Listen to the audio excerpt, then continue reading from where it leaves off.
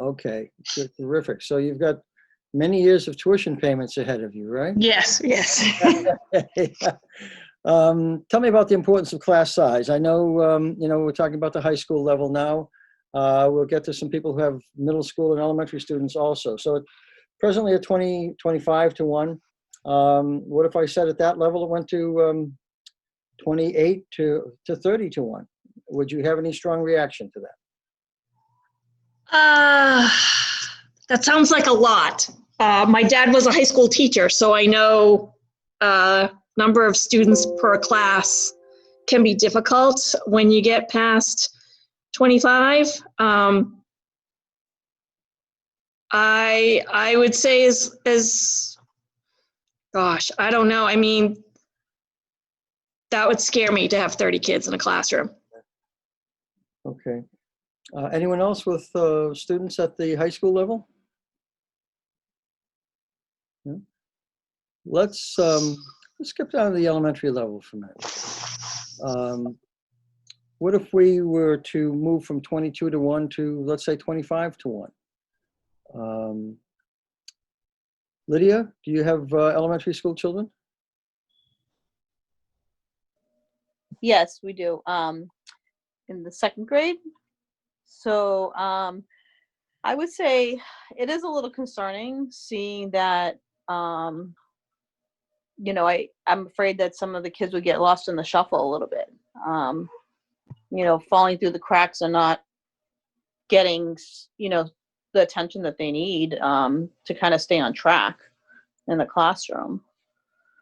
22 to 23 maybe, but I think 25 is a little bit more extreme. I think as high school, I think, there are other sources of children getting assistance, but when they're so young and they need that structure and direction, I think the smaller classroom size is crucial. Anyone else? Who else has elementary children? Beth or Claire? Susan, anyone? Eva? I think in the elementary, you could go a little higher, but I would also think you would need to bring the TAs back. So maybe you don't need a full-fledged teacher, but I think a second adult, especially my kids went to Robinson. So, if you have 2 teachers in a pod, if you have a TA that could float between the 2, I think you could increase class sizes a little bit. Mm-hmm. Interesting suggestion. Good suggestion. Thank you for that. Judd, were you going to make a comment? I saw the screen illuminate a little bit. Do you have elementary children? High school, actually. High school? Yeah, but I agree. I think if we start pushing the ratios up into the high 20s, I think that might be a little too much. Okay. I would also say my 2 are in high school, but I think back on their time in a school like Robinson and increasing the class size, I think there with that open classroom would be really tough. Okay. Any other comments on class size? I mean, we know that from research over many years, some of the variables, more prominent variables that play into sound student achievement are, first of all, the size of the school. That's not the most important. But the most important is the quality of the classroom teacher and also reasonable numbers in a classroom. So, Alyssa, do you have any comment? Well, yeah, what I was going to say is, I have a high schooler. He's in 11th grade, and I think class size needs to be lower than higher. I mean, if we have 25 kids, I think I wouldn't go higher, just because I think kids have to feel comfortable in being able to speak up, and that's an age where that's not necessarily the case, and kids are going to get lost in the shuffle, and that's something that I would be concerned about as a parent. All right, thanks for those thoughtful comments. Anyone else? Beth, Eva, Lynn? Yeah, okay, I'm Ivan. Two of my son is high schooler. Yeah, I agree with everyone in here. I think even 24 is max for high school. And as for the lower school, like elementary school, they do need more attention. I think 24 is quite a bit for one teacher. That's TA. They need some assistance, yes, in the elementary school level. But high school, I think 24, that's max. More than that, I work. I teach assistant in Middlesex Community College, and their maximum classes is 24. So I think they're college level, and I can see they could interact better even with 24. But if it's more than 24, it's hard. It's hard. Okay, any other comments on student-teacher ratio at all? Yes, I do have a comment. How are you, Raphael? I'm okay. I have a daughter in first grade in Robinson, and I also have, I think, very deep knowledge about what happens in the high school. I think this conversation should go exactly in the opposite direction. We should figure out how we decrease the student-to-teacher ratio. In the past years, we have cut special services for students that we should think how we bring them back. A student-teacher ratio of 24, even in high school, is a lot. We should consider that the teachers teach 5 classes. That puts 125 students in a teacher plate. I think we should start looking into going into less 20s for a student-teacher ratio. And even at the elementary school, I think it's even more important to have, as you were mentioning, like quality teachers. So bringing TAs is kind of watering down the level of support that the student is going to have. It's not a matter of having warm bodies in the room. It's a matter of having knowledgeable teachers that know how to deal with the students. So we should move in exactly the opposite direction. Okay, yep. Spoken from the perspective of an educator, yep. Anyone else? Any other comments? Anything, Carrie, Ingrid, or any of the school committee members? No? All right, let me talk about school bus transportation. For those of you who have been in town for many years, about 25 years ago, we went to what is known as a 4-tier transportation system. It was a means of cutting the cost of school bus transportation, but still maintaining essentially the same level of service to students. Now, here's what that means. At the present time, set the stage, we have a 3-tier system. We have the high school and the middle school going to school in the morning and coming home in the afternoon at the same time. Then we have the grade 3 through 5 level being transported, and then the grade K through 2 students. So that's a 3-tier system, 3 different runs in the morning and 3 runs in the afternoon.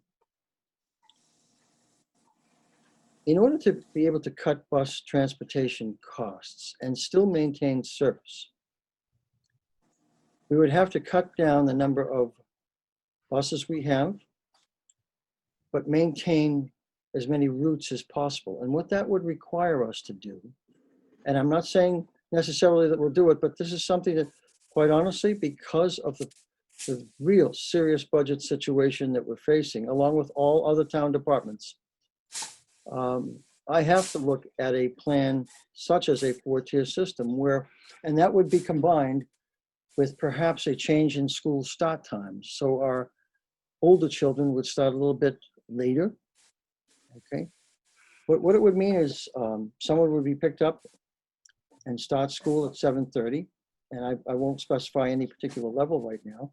Then you'd have the next run, then the next run, and by the time you get to the fourth run, those students would in all likelihood be arriving at school around 9:30 in the morning with a dismissal of 3:30 or slightly after in the afternoon. Now that was put in place in our school system for about, I want to say seven years before the town appropriations were adequate to go back to a 3-tier system. Tell me your reaction to that type of schedule, daily schedule, in terms of having 4 different arrivals in the morning, 4 different departures, school starting from 7:30 at the earliest arrival and 9:30 at the latest arrival. Let me ask, has anyone that's on with us tonight, did any of you experience that with your children back a number of years ago? No? Give me your reaction to that. Any comments?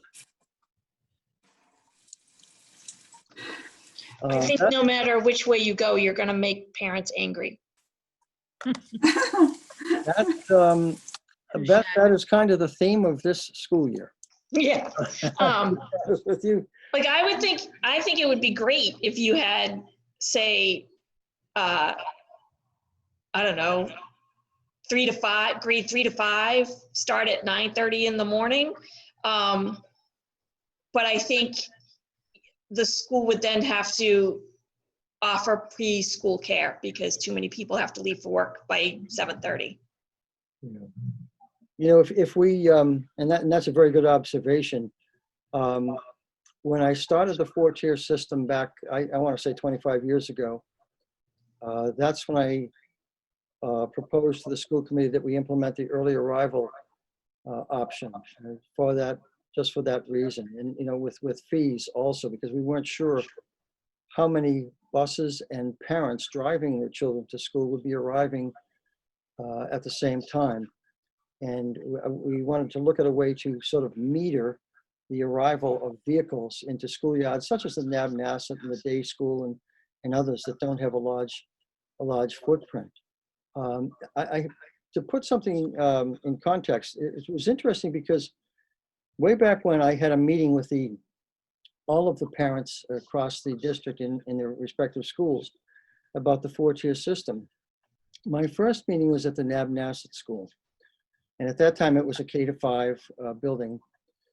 And quite honestly, I thought there was going to be a lot of criticism.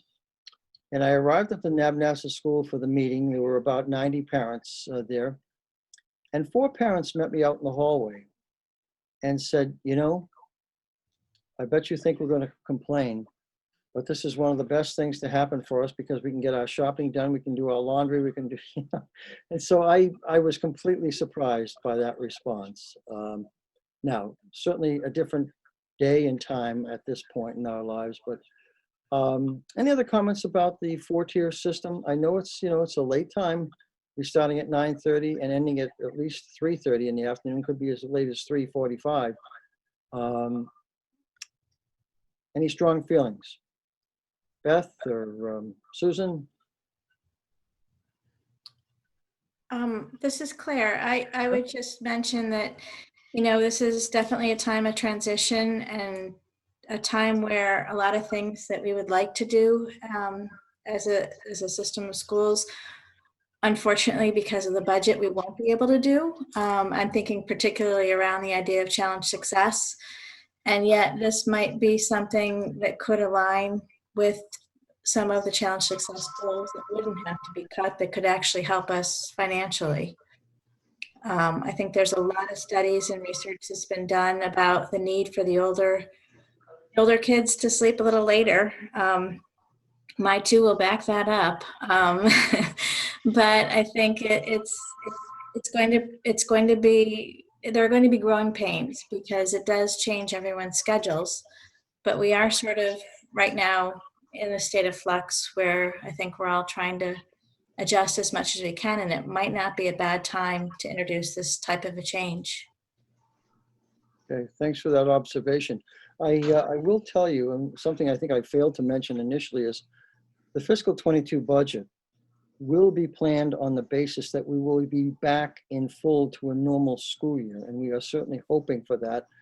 However, we're not completely certain, so there are still many, many unknowns at the present time, and we do have to be prepared for any of those unknowns in terms of our information and our recommendations to the school committee and to the entire community.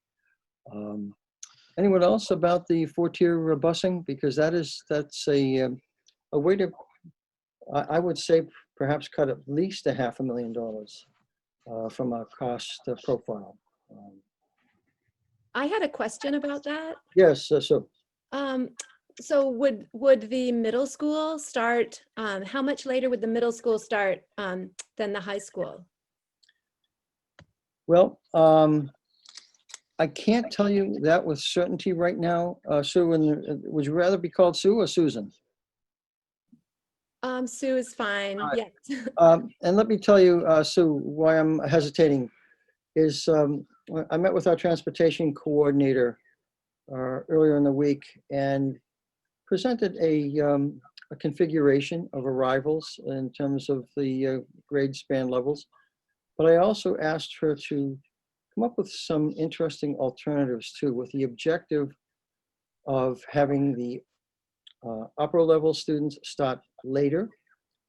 There is an inhibiting factor when we get into the 3:30 to 9:30 schedule when it comes to the high school, because there you're impeding the ability to conduct sports in a similar time frame as other school systems, perhaps impacting babysitting jobs and jobs in general. In some school systems in the past that have tried to have their high schools out at about 3 o'clock and maybe a little bit later, students have had to be dismissed, who are athletes, have had to be dismissed with about an hour left to the school day.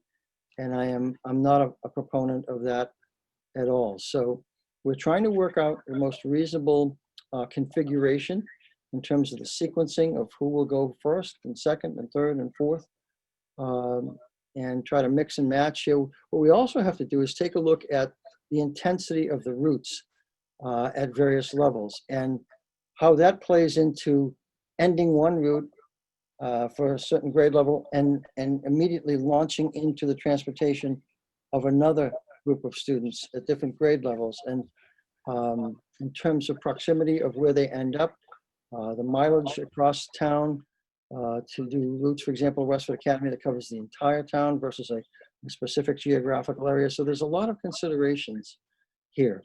But this is the time that I feel is an opportunity to tie the school start time issue in with transportation considerations. So,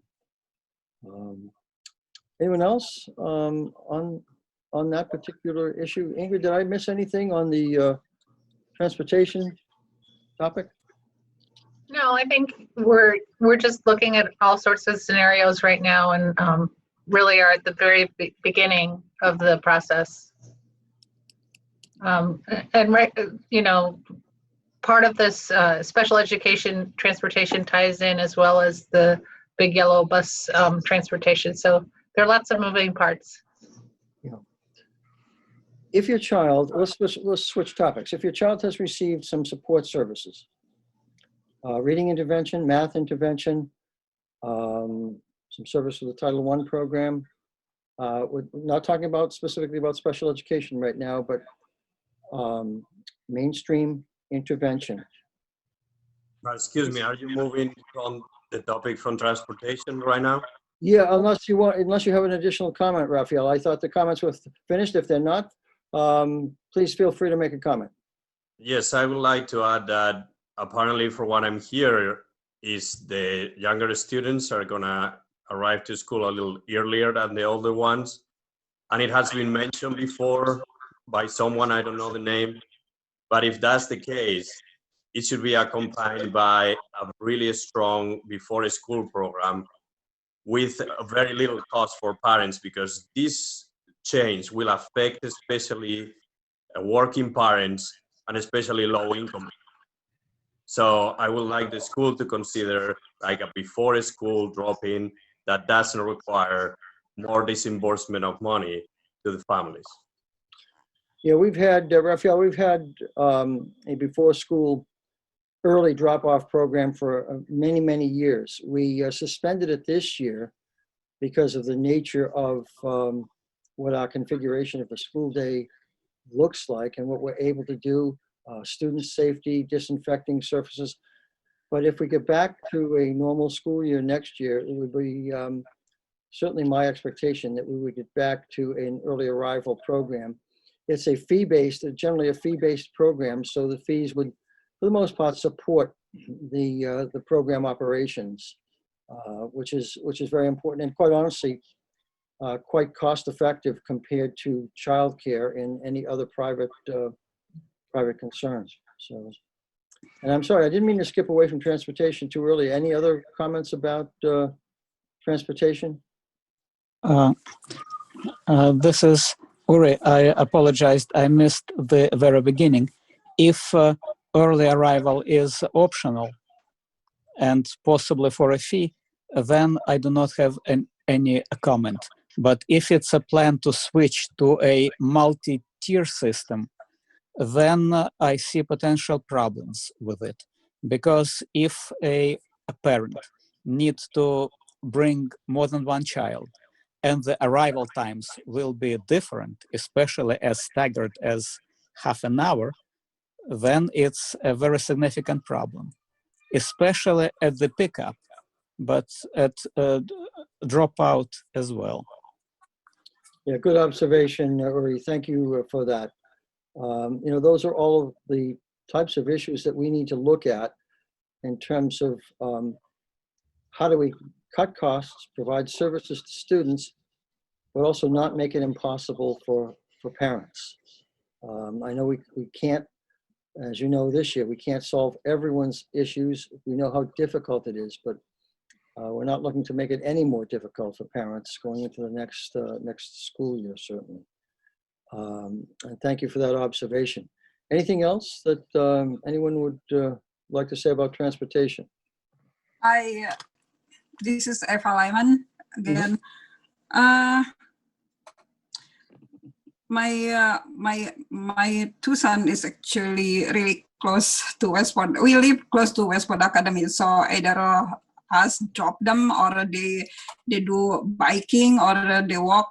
Or now my high school student has like license.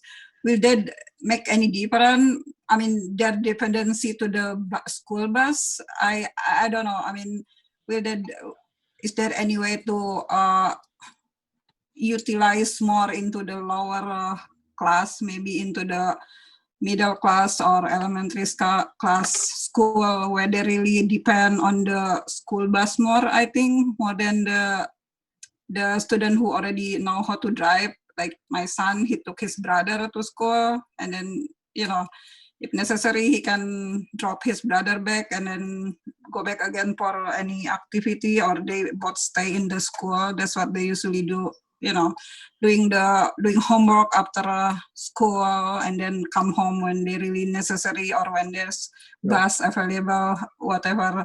I don't know how to, will that be considered as some, like, to make it more maximized, to utilize more efficiency bus allocation probably in certain way. I don't know. It just I don't really depend on the school bus but yeah, I see sometimes school bus pass by my house and then not much really student use that, especially the early morning, like 7 o'clock one. They don't, like, the school bus is really empty. So I don't know how to, but they still run, they still, you know, go pass by, but no one inside the school bus. So I don't know how does it work. Yeah, some of the, we know that some of the high school buses are certainly not at capacity.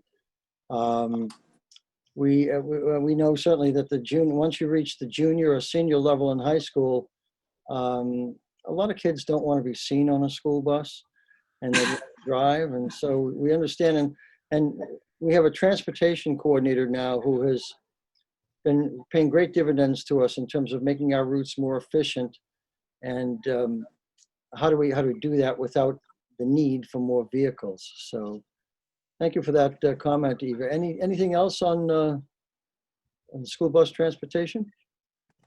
Are there other scenarios, Bill, that would cut that amount of money off? You said approximately 500,000. Yeah, and that's a rough estimate, Judd. I'm not aware of any other means. The only way to save that kind of money is cut the number of vehicles, and by doing that, you have to stretch out certainly the number of runs that you have. And other than that, there's not a lot of ways. People sometimes will say, well, look for creative solutions.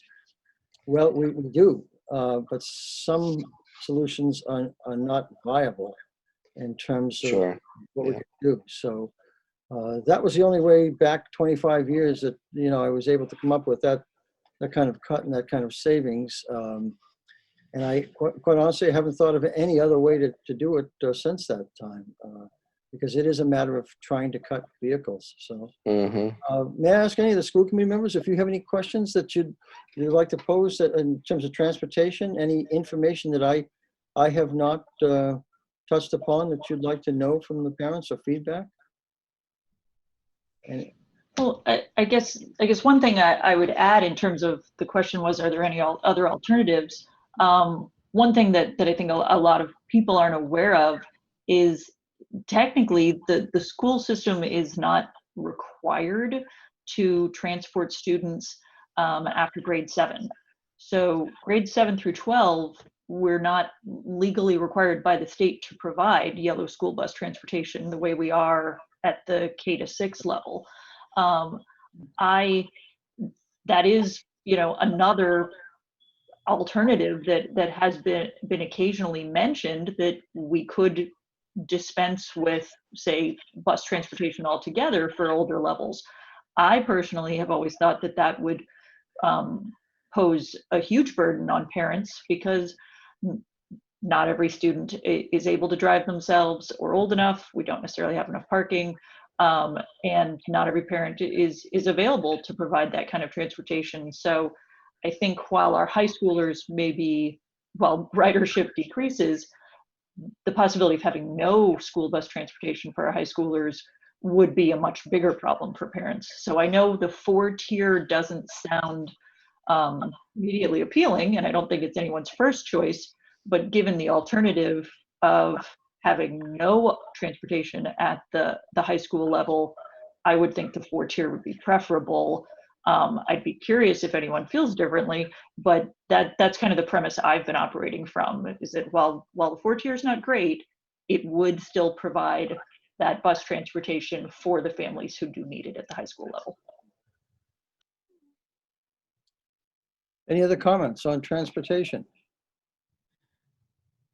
I was just going to add, as far as 4-tier and as far as later start times, we do have survey data from last year too. So I think that gives us insight into some of the feelings that parents may have at the different levels, going earlier, going later, things like that. Mm-hmm. Okay, why don't we switch gears, and let's transition back into the question I asked in terms of intervention services. If you've had a child at the elementary level who has received some additional reading or math help, I'd love to hear from you right now. And Kerry would also, and I know that Ingrid and the committee would. Has anyone had a child who has benefited from either math or reading intervention at the elementary level? I can tell you that my youngest child had generalized reading intervention from grades 1 through 5, and it didn't work because it wasn't the appropriate intervention for my child, and ended up in OG in 6th grade with an IEP and everything. But I certainly understand trying it, but if kids are not making honest goals in the general ed, then they're just taking a spot that other kids could have. And I know that's probably not what you were looking for, but it's kind of like, it's great that it's offered, but sometimes it's not enough. You know, Beth, your comment is probably not what I'm looking for. What I'm looking for, what we're all looking for is, you know what, your honest opinions and what has worked and what hasn't worked, because that's one of the things I think has been a strong point of the school system is we haven't been reluctant in any area to say, well, this isn't working the way we thought it was, and we have to kind of shift gears. So don't feel, you know, reluctant at all to tell us that you feel that something didn't work for your child, or you don't see it working for all children. If you can make that generalization. Any other comments from anyone who's had a child in intervention services? Bill, I'm wondering if we can even zoom out a little bit further and broaden it a bit. Is there anybody who would be willing to share any sort of struggles, whether it be academic or other, and what type of services, whether it's formal intervention services by a separate person or some sort of programmatic service that benefited the child, your child, in any way that you feel as though should be really preserved because it's something that you've found has worked? I'll be the first one to say that for my first child, the sub-separate classroom at the day school was a godsend, and I really wish we had more of those classrooms. And I cannot, you know, that program was amazing for my oldest. And, you know, he had extensive one-on-ones at both Robinson and Crisafulli. Yeah. And, but moving him from Crisafulli today is what he truly honestly needed. And I think there are a lot more kids that might not need as much intervention come middle school, high school, if we're able to get them in those sub-separate classrooms in their home district. Beth, was that the language-based? Yeah. Okay. Yep. All right, I'm glad it worked out well. Amazing. Yeah. And Mrs. Porter Green is awesome. I don't know if she's still with us, but she was awesome. So I had something to mention as well, if you're all set, Beth. You know, I've been on the school advisory committee for each level, all the way up through school council right now at WA. And one of the things I've seen, having worked in the field of mental health as well, is that there has been an incremental increase in the level of support each tier of schooling, which has been, I think, really impressive, the level of support, the amount of support. But I do share the opinion with several other parents that that type of support that we offer, things like the Bridge program at WA, or now the Student Center, you know, in the middle school, those are things that I think are also needed at the younger level, unfortunately, as well. And I know we put a lot of emphasis and focus on giving that type of mental health support, providing professional development for the teachers on that topic, doing some other types of group interventions. And I think that unfortunately it's needed even earlier than we're giving it. And so it was really great to see the development this year in the middle school, that they had increased some opportunities for students that were struggling in those areas. But I think we all know at each level, the guidance counselors are completely overwhelmed. And it's the success that I've seen over the years from students who have had the support that encouraged me to say something at this point, but also having seen firsthand the struggles that even the younger ages, it's made me aware of the need for that earlier on. That's a great observation, Claire.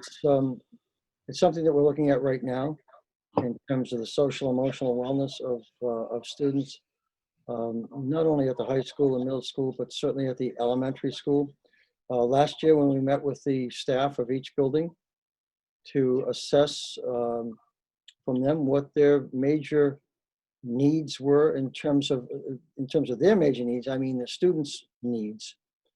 A majority of the staff said we need help dealing with the social emotional wellness of our students. There are more and more students coming to school with complex issues and mental health issues. And I think for years in this profession, we have tended to think that, well, those sort of start at the middle and high school level. Well, they don't, and we all know that. They don't start there. They start at the earliest age levels. And so I think you're right on target that we need to provide more services there. We've been trying to chip away at that incrementally a little bit. Looking at it next year, if we were to make a more of an inroad into providing additional staffing at the elementary level, it may have to come at the sacrifice of something else in the school system. But those are the priorities and those are the trade-offs that we're going to have to look at and review with the school committee and with all of you as we proceed through the budget process. But great observations about the mental health related needs of children of all ages. And, anyone else in terms of comments or questions? I will tell you, we started the math and intervention program, just to put a little perspective behind it, over 20 years ago. The reason we did that is we were finding at that time that there was no transitional service between the classroom and special education. And oftentimes, a child's academic progress or lack thereof was not a function of a disability, but the fact that they needed more practice in a particular area, whether it was in mathematics or reading, decoding, you name it. And so we thought that it would be good to invest our money in intervention services at the elementary level. Two reasons. A was to provide those services to general education students who did not have any cognitive disability, all right, but needed some additional help, some additional practice. And the second reason why we did that is because when a child transitions from a general education classroom setting to receiving special education services, which they are certainly entitled to, the cost to educate a child is almost doubles. Now, that's insignificant in terms of the academic needs of that child or those children. However, it is an important consideration to us in terms of the availability of dollars to do what we need to do. So I think that program of the math and reading interventionist has paid dividends. Beth, we understand it didn't work for your child, but hopefully, fortunately, that language-based program at the day did work for him. Another form, certainly, of intervention service. So that's kind of the way that we planned it a number of years ago, and I think it's worked out well for our students. Anything else? I would like, Yes. I would like to share my experience. So my daughter has received both intervention in math and language, and I think the program is very good. I mean, the service one-on-one has benefited her a lot. There's just one aspect that the service is provided during the same time that general class is running. So whatever she's missing in the general class, she has to catch up later and creates a little bit of a stress on her. So I would suggest that if the school can look at into having the program, which is very beneficial. I'm not criticizing the program. I think it's very, very beneficial for the student, but not at the same time that the general class is running. So respect to the social emotional intervention with the students, which is something that any teacher has to have into account when they teach a class. I will say, at least at the high school level, there has to be more professional development for the teachers, where the teacher is instructed on how the IEP process works, how the 504 process works, what are the type of supports that the student can have. And I think in that area, it will be great to plan professional developments in the coming years, where any teacher in any discipline can have that ability to deal with the mental issues that the student has. Yeah, that's one of the things, Raphael, that the elementary teachers have asked for also, is certainly more professional development on how to effectively deal with some of the complex issues that the children come to school with, because we know that there are two ways that is expressed, and one is a sort of an outward manifestation of behavior, acting up in class, but the other way, which is equally, if not more concerning, is a student withdrawing in terms of his or her relationships with their classmates and with the school population in general, and internalizing a lot of things. And so it's very, very complex, and we do need to do a more effective job in that area. And certainly professional development is one of the contributing factors to improving our ability to service children. Anything else in terms of intervention services? Yes. Go ahead, please. I discussed with my wife, and our unanimous opinion is it's a very good system. We complement it. My daughter is on math intervention, and we are happy with the results. Thank you. Oh, good. We're glad to hear that. Kerry, Ingrid, any questions you would like to ask to obtain information? Well, I just wanted to mention that Judd had given a comment here, just sharing with us that it's become a widespread scenario about students needing mental health support in all grade levels, and asks if there's outside sources such as grants and federal funds that can help financially. Well, in terms of grants and federal funds, let me just say that we don't qualify for as much money that as some other school systems because of the lower level of low income in terms of the relative degree of wealth of the town compared to others. So we're at a distinct disadvantage with respect to other communities. Title I monies are minimal. We don't qualify for a lot of other types of grants because of the demographics of the Westford population. And I know that well because many years ago, back in the 1980s, I happened to be the assistant superintendent for finance and administration in the Lowell Public Schools.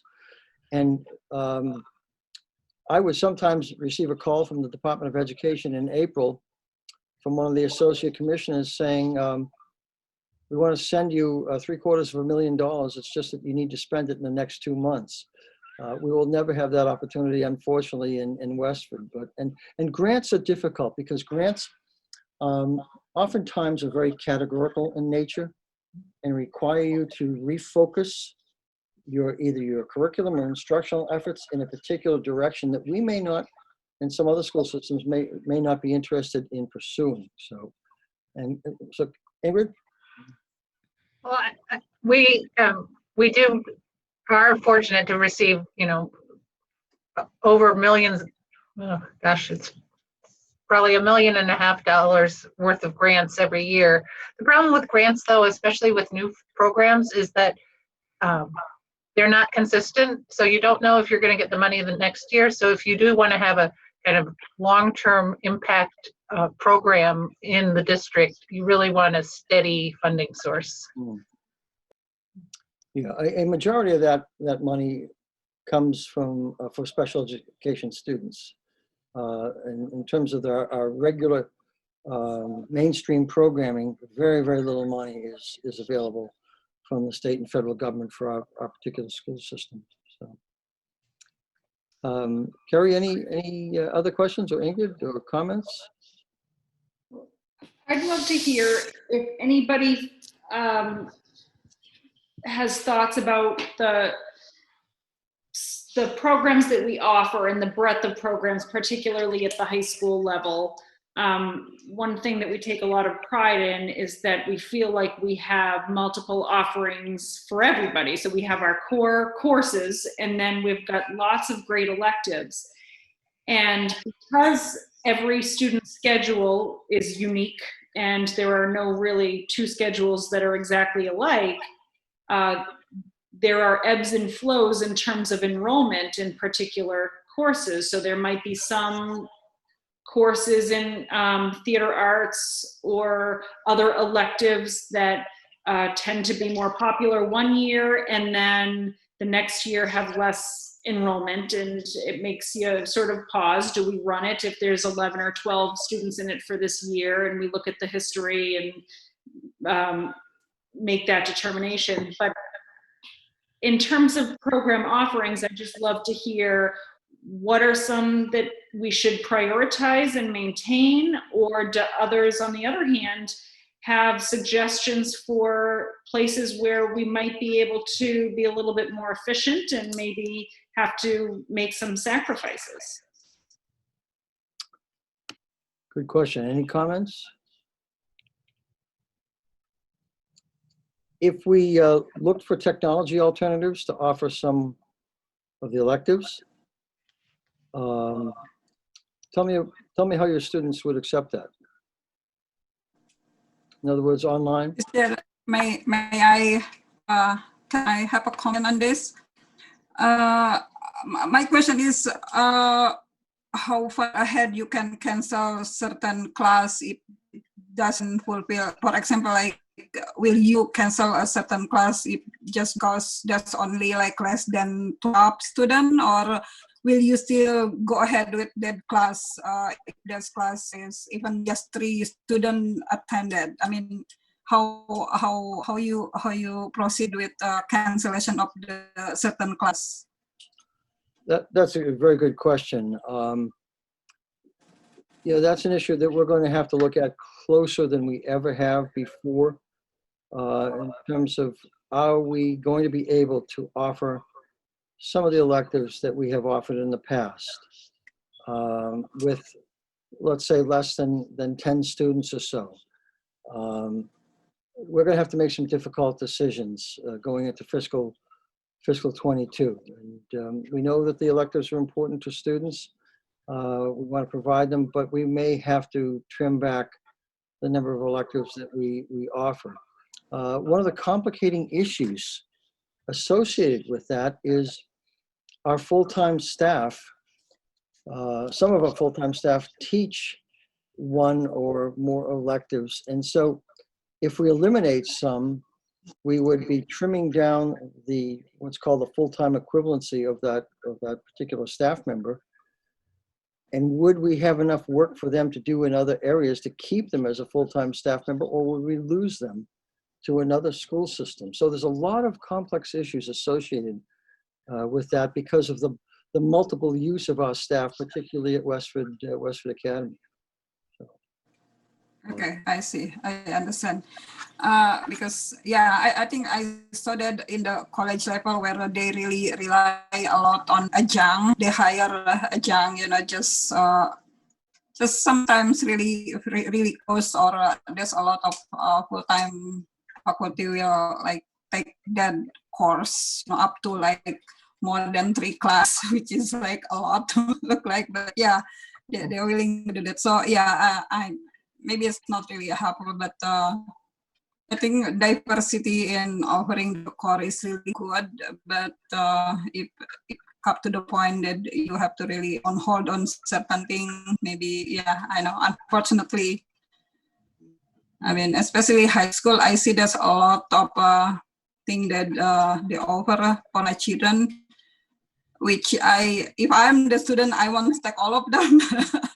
But yeah, they choose what they like. They choose what they want. They choose according to their schedule, according to their liking. Like, oh, I already take so many heavy class, so I can take a break with my like photography or something like that, which is really helpful. Which is, yeah, that's really good for them. Okay, thank you, Ava. Yeah. Let me ask a question. I'm going to shift gears again. Before you shift gears, Mr. Olsen, I would like to ask, you're mentioning that the school is asking to cut maybe elective courses, is what you are saying? Well, we're always, we always look at that, Raphael, as part of all of our analysis of all of our programs. What I'm not saying right now is there is anything specific we're going to cut, but electives are certainly a component of our school system that we have to look at in terms of, do the numbers fit, and can we offer as many electives as we had, and if we can't, then how do we service those students in some way, shape, or form? Then I would like to ask then the school system, how is the school system going to address the fact that there are multiple, like tens of students that they want to take electives in science, and they don't have that opportunity because there's not enough offer. And I would like to see the number of electives that they are offered, especially in the science department, like is really matching what is really happening in the job market and in the school system, in the college system. So maybe the school has to refocus what are the priorities, because there are students that I know for a fact they haven't been able to course several courses, especially in the science department. And I think it's the opposite. We should increase the offer in that area, since the students is and it's also what the job market is demanding, while maybe some other classes that don't have enough students, they should be cut. I think it's more of refocusing the priorities more than just find where to cut. Raphael, from your experience, what would you recommend? What are there some specific alternatives in terms of electives that you would recommend to me right now that we should be offering at Westford Academy? Well, definitely in the science area, in the engineering area, I think there's a lot of possibilities. There's a lot of possibilities with having joint programs of physical simulations, not just computer science or science. In this case, the computer science program is in the math department, and there's no connection at all with the science department. Right now, artificial intelligence, data science, there are hot programs that are in colleges and many students are looking for. There should be a revision of those programs. There should be also addressing what is the situation with the science labs. There are labs in physics in particular that we don't really have any labs in physics. And there's no dedicated space for labs in physics. Even in the classes, there's no space for those labs. So the school should look into what is happening with the courses that are really hot, and it's really what the student is demanding. And maybe if there are electives that they only have 3, 4, or less than 10 students, maybe those are the ones that the school system should be looking into cutting. Good observations, and thank you very much. Because I value your perspective, from your experience, certainly. Any other comments on electives, courses, programs? The only thing I wanted to add with electives, especially for those classes that don't have a ton of kids in them, for my son that went through high school because of his requirements in special education that he needed to get through school, he didn't have time for electives during the day. Like he was able to take theater and that was it. Like he had half semester classes. That's all he had time to take. So wouldn't it be great? I don't know how it would work, but if there's a particular art class or a music class or a theater class that we're not getting the numbers in, can you offer it as almost like an extended day class for, I don't know, maybe a minor fee or whatever, but you know, kids may want to take drawing, but they also want to take Python code, you know, and so to have a longer day with opportunity, I think might be a way of still providing the arts and the electives without having to squish them all in your core day. Interesting. Good observation, Beth. I would just add, can I add just one thing to that? So I think these are all great brainstorming ideas, and I've listened to some of the suggestions for thinking about how to reduce the budget. And as far as I know, you were just talking about, you know, the staff member issue and having enough work for each person, and you want to keep people. So, you know, I'm guessing there will be some reduction through attrition, but just going back to the electives, maybe we already do this at the high school. I haven't looked carefully, but certainly instead of just thinking about cutting electives is to run them every other year.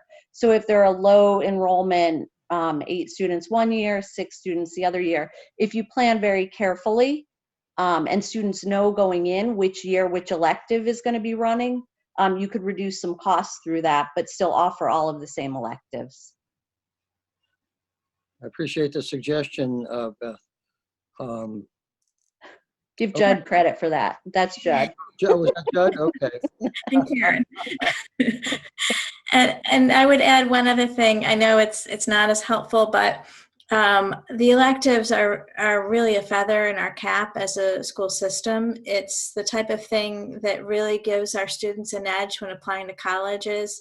It also is something that can save on a lot of college tuition money to have introductory courses into areas that help them enter the college arena, maybe having a little bit more of an idea of what they want to do when they get there.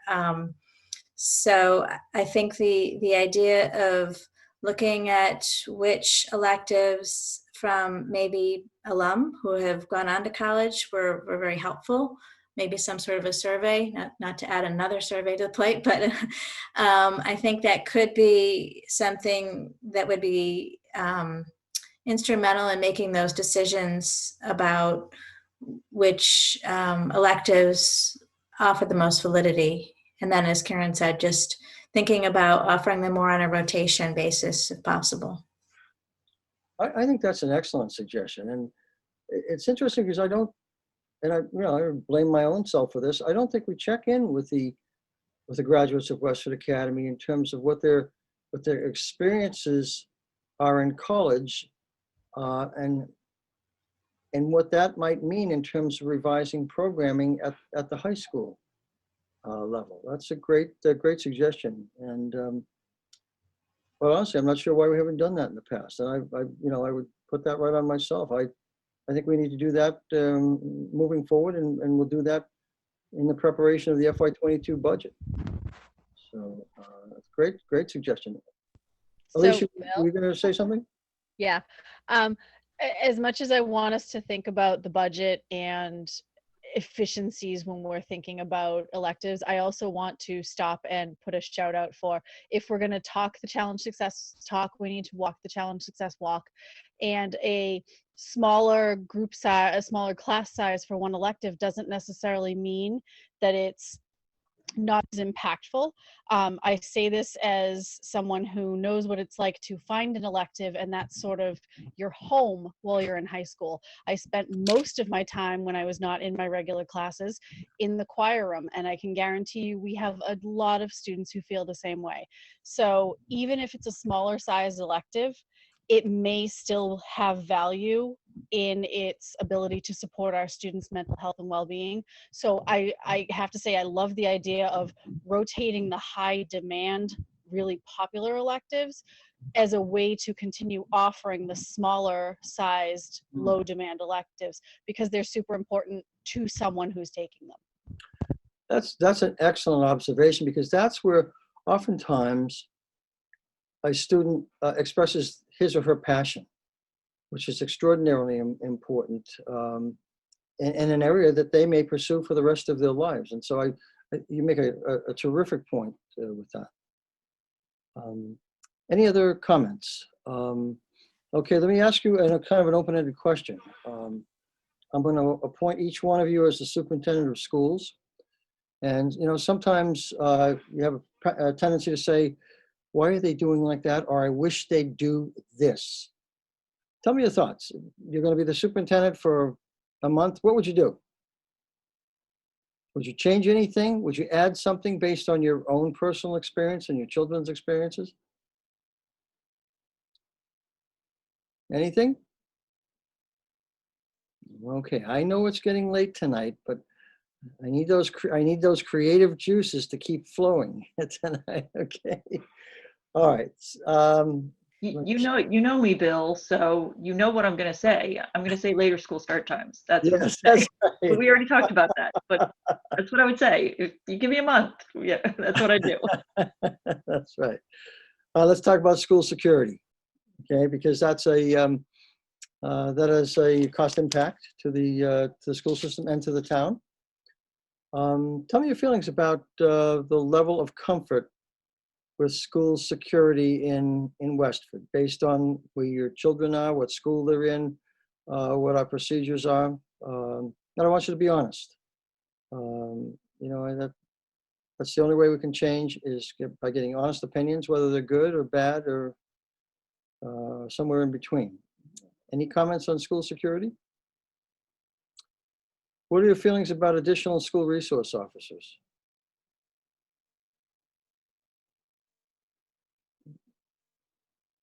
No strong opinions?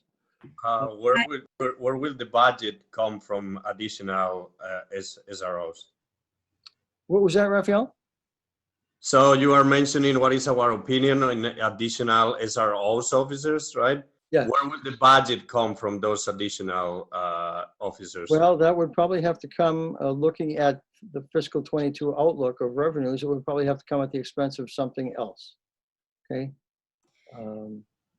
I would just go back to the focus on mental health. And if we did decide to bring in more safety resource officers, that they have the training and the ability to connect with the students in a way that offered more support to guidance and that office, particularly at the high school level. Okay. I'm going to ask you somewhat of a loaded question here. If you had your choice between additional school resource officers or additional adjustment counselors, particularly at the elementary level, what would your choice be? Mental health. Mental health. It's really, I don't want to take the floor from everybody, but I just would say that so much of our concern about safety ties into the mental health of our students. And an adjustment counselor has that insight, I think, to see those students that are struggling and need that support. Okay, thank you for that input. Anyone else on that particular topic?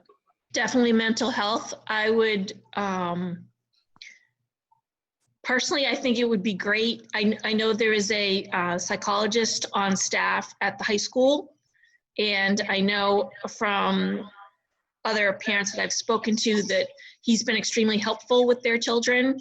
And especially in today's days, if you are a parent of a child, an adolescent who needs mental health counseling, there is nobody available in the private sector. They have plenty of people who are willing to work with the kids 4 to 10. Once they hit 11 to 18, it's nearly impossible to get them support services outside of school. So if the money came from, we could hire another psychologist or we could hire another police officer, I would definitely prefer the psychologist and allow access to mental health counseling that parents are just unable to find. And it's not for lack of trying. No, I understand. It's very difficult to access help, and in talking with some parents, the wait time to be seen is just extraordinary. So, anything else on this topic? Carrie, Ingrid, anything else? Because I'm coming to the end of my list here in terms of questions that I wanted to ask and responses. Anything from your perspectives? No, Bill, I think you covered everything. Any of the school committee members? I mean, I want you to feel free to garner any information that you feel is important to you. And so I would encourage you to ask any questions that you'd like. Well, I think you've covered a really wide range of topics, Bill, and that's very helpful for us to hear. I'd be curious, there are a lot of people that logged on tonight, and I don't know if anyone logged on with maybe a particular interest or a particular concern that maybe we didn't touch on. And if there's something that we missed that maybe you had in mind when you decided to attend tonight, please let us know what that might be. Anything, any thoughts or opinions? May I ask certain thing? My concern is with being locked down due to COVID-19, after you come back to normalcy, I don't know, when do you expect that we do that? I assume probably, at least in what I heard in college level, is like fall 2021. Hopefully we can come back to regular school. What do you have any concern about the mental health of the student themselves going back to the, you know, like in terms of the quality study that they have, you know, they're being locked all this time with just only computer in front of them. What's you say about that? You know, Ava, we have a very good COVID advisory committee. In fact, we just had our most recent meeting yesterday, and there are 4 physicians on that committee, among others.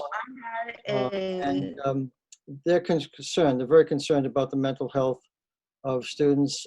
Anxiety, depression have been increasing significantly, according to some of them, or all of them. We are very much concerned about that. We want to bring our students back as quickly as possible. But we're concerned right now, once again, about the uptick in the incidence of cases of COVID-19. You know, the numbers today showed over 6,000 new cases in Massachusetts, whereas it was down to 1,200, 1,500 back 2 months ago. And so we have to be cautious. We are looking ahead. I know Kerry is convening the Teaching and Learning Subcommittee to start to talk about what a transition might look like and what the possibilities might be. We'll talk about timeframes, but I think I'm going to take some advice from the COVID Advisory Committee in terms of being quite careful. And we know that we've talked about the need for when students return next year also, on the assumption that it's going to be a normal school year, that we do need to spend a little bit of time at the opening of the school year on the social, emotional, issues that we know that children are experiencing. Some of our staff also. I don't want to, leave the staff out. But what we hear from parents continually is how concerned they are in terms of children being in front of the screens, and that's not only in Westford. That's all across the state right now, and in the region and the country. But so we are paying a particular emphasis on the well-being of our students and our staff, not only going through the remainder of this year, but starting off next year also. So, anything else that anyone would like to add or contribute? Because I don't want to keep us any longer than is necessary. Actually, as you brought up the security question. Mm-hmm. Maybe it doesn't have to be hire a policeman versus hire as psychologist. We have an excellent police department in our town, thankfully. So perhaps an arrangement can be made with them. They are not far from any of our schools. So reaction time may not be much longer than if you had officers on premises. In fact, that's how we do it at Hanscom. That's an interesting comment, Uri. And we spend time with the police department looking at response times.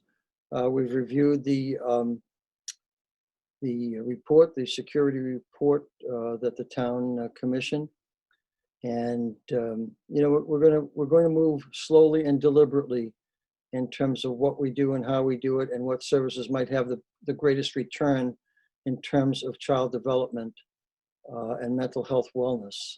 So lots of complex issues associated with that topic that we're dealing with right now and will continue to deal with.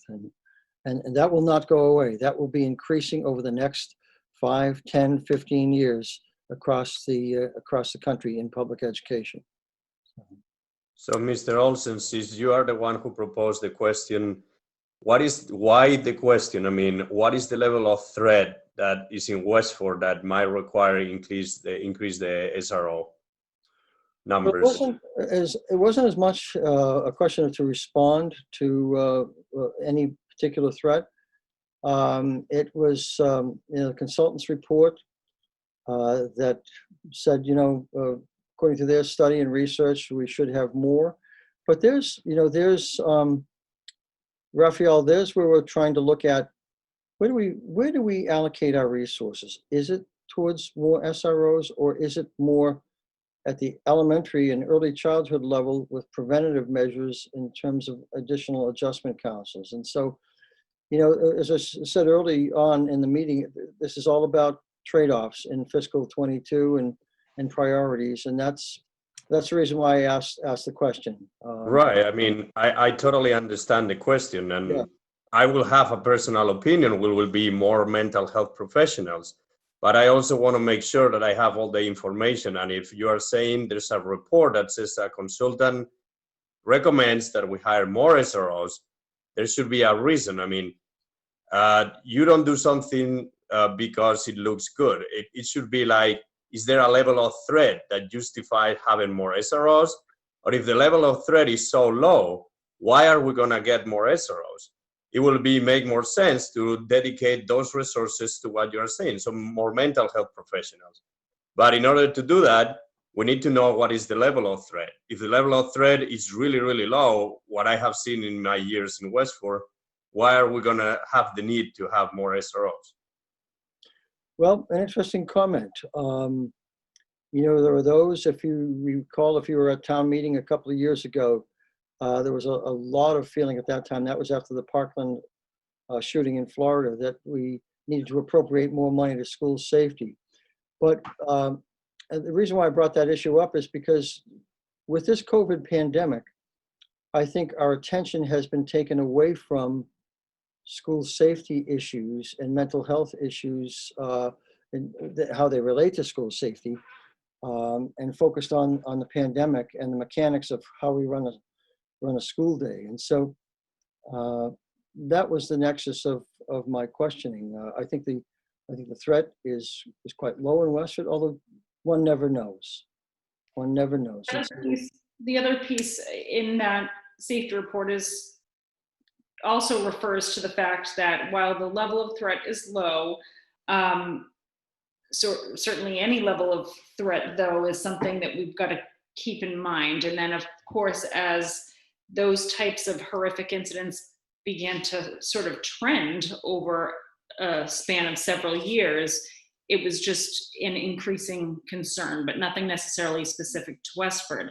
However, regardless of what we think of when we think of SRO in general and why they're there, a school shooting or something, an incident like that, there's also a lot of benefit that we have found, such as students who have reported other students expressing unsafe thoughts or conversations on social media, and the follow-up then that, in our case, Detective Pavao has been able to do to help prevent some sort of very potentially tragic situation from occurring.